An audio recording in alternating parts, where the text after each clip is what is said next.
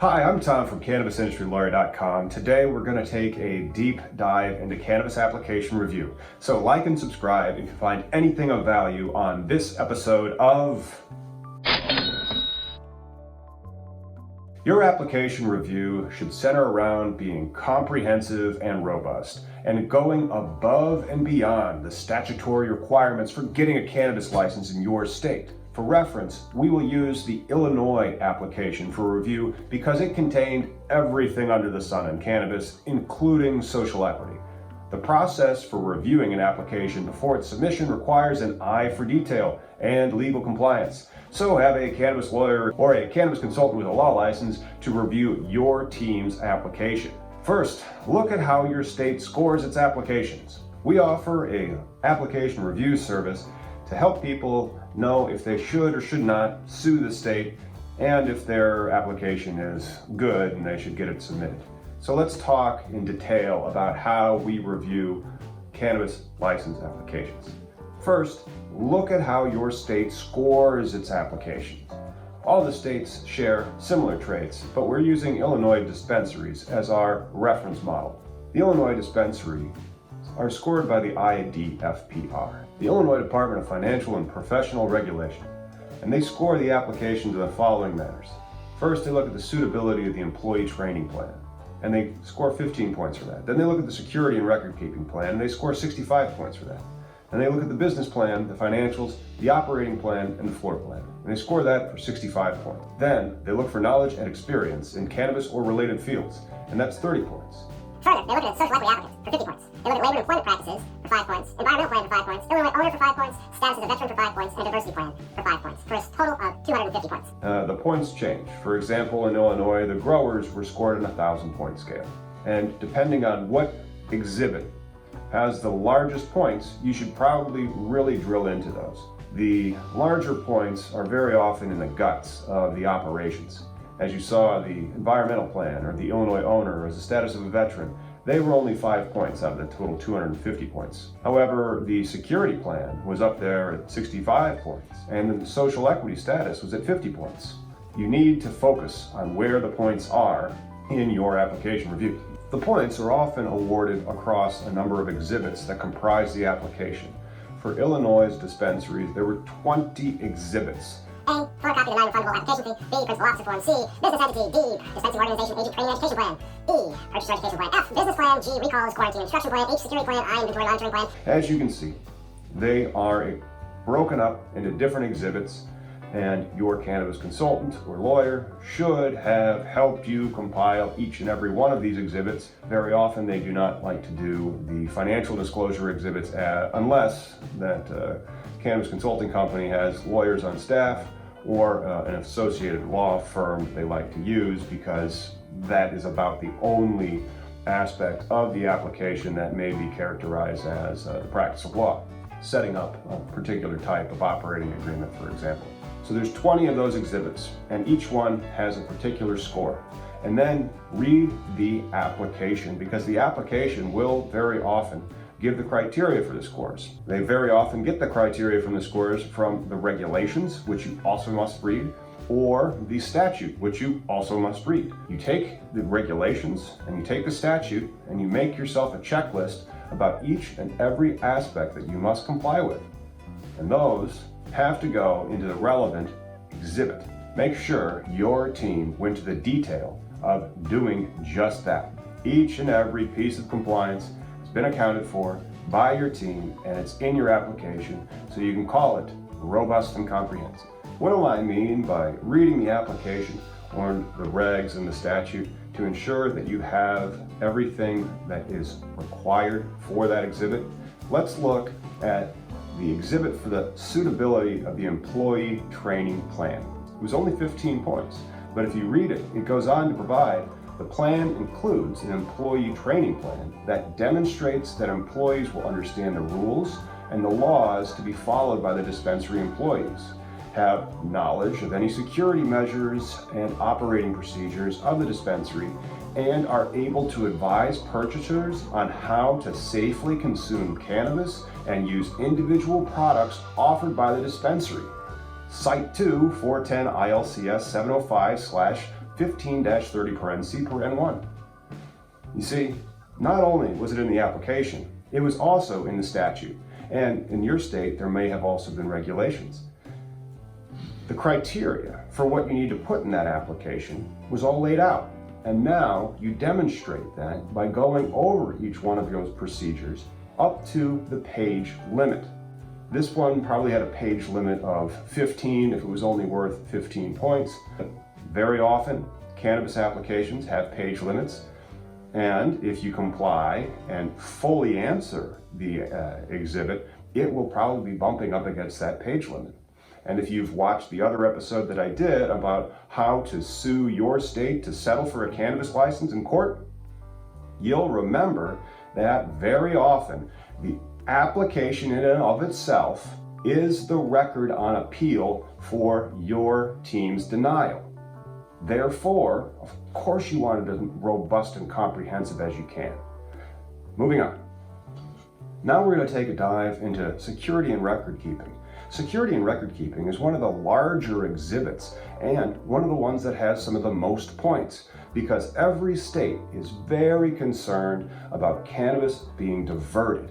They want to ensure that there's going to be no theft of that cannabis, no diversions of that cannabis, or the cash and therefore the tax revenue that arises from the sale of the cannabis. In the security and record keeping, that was worth 65 points in the Illinois dispensary rounds.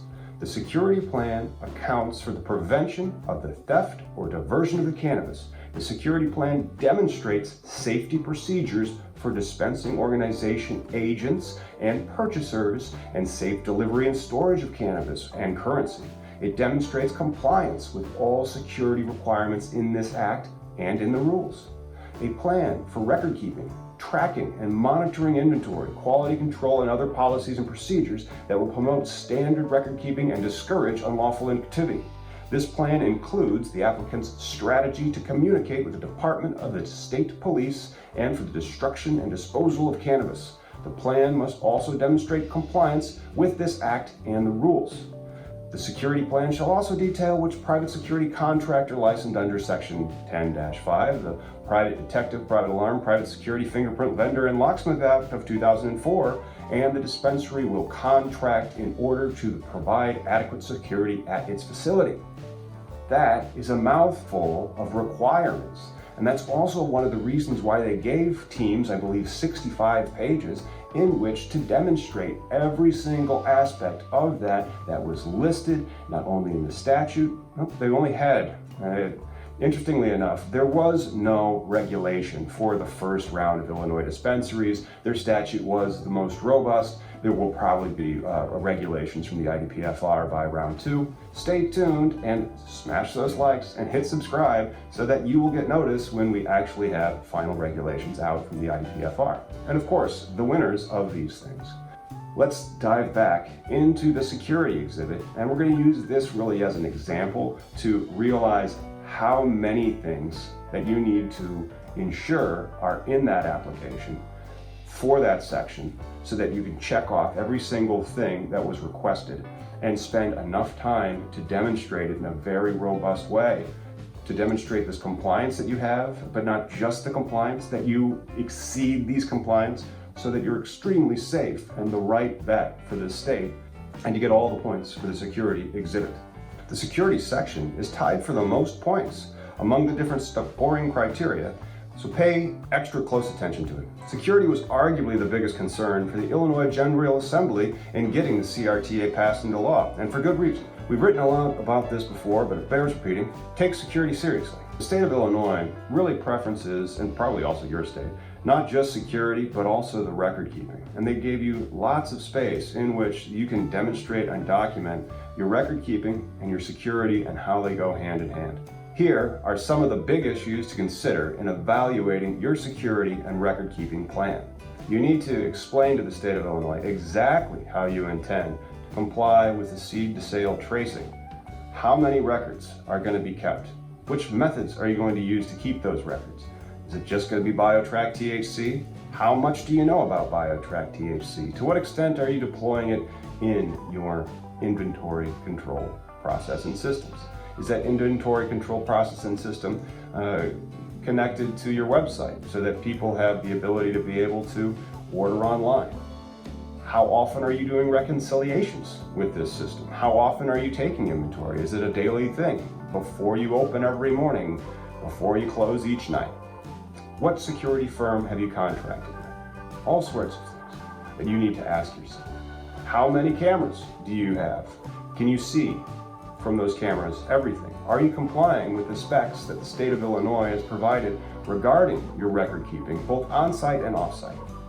The statute goes into great detail, and then you can take that as a starting point and go even further in yours. And of course, then you check, well, what is the page limit? How much more space do you have, or do you have to cut some? We sometimes would have to cut things, but you have to be careful. You can't do this in like a 6-point font. That's not standard for business. We don't recommend going under font 11. More matters in these types of applications, because if you demonstrated and documented very, very robustly, you have a much greater argument that can be made that you deserve more of the points. You're trying to win the license, and if you don't win, you might have to sue for that license. So you're setting up through this application review all the points that might cause you problems if and when you do lose, or cause you problems if and when you do win. How concretely did you write your application? Have you painted yourself into a corner? Because not only is the application your record on appeal, there are also conditions precedent of you maintaining your cannabis license. So everything that you say you're going to do in the application, you must do. Therefore, when you're reviewing your application, how soft are you in complying? But how strongly are you complying? This is really where a lawyer or a cannabis consultant can benefit your team greatly, because they're familiar with jargon and for saying things but not necessarily saying things. For example, I like Fluence by Osram lights. I can't wait to build a basement grow that has one. It's way over the top and overkill for it, but fun. Why would I have boxed my clients into the corner? I'm just saying we are going to buy this type of light specifically. No, because the state of Illinois wants better than that. And not only that, I want better for my teams than that. I don't want them to be boxed in. I want them to have their preference. But the state actually spoke to what type of lights you can get. They have to be on a specific list by, I believe, the HPLC, the Horticulturalium something light consortium. Maybe it says just the HLC. And so there's actually a list out there. And that list was the base rate that we used for our lights. Well, we of course said a light like the Osram. And that's the other thing. Are you using the right modifiers in your language? How conditional is your language? How much business judgment do you give to your team in the language that you've written the application? What person did you write the application in? All these things could be considered in an application review. So there you go. Look at the points, look at the statute, look at the regs, ensure everything's in there, and go beyond it. Thanks so much for sticking around until the end. So if you found this valuable, please do hit those likes, hit the subscribe button, click the bell. You'll get notice whenever we go live on cannabis legalization news. And if you have any questions about the cannabis business, you can always drop them in the comments. We use those to create future episodes. See you next time.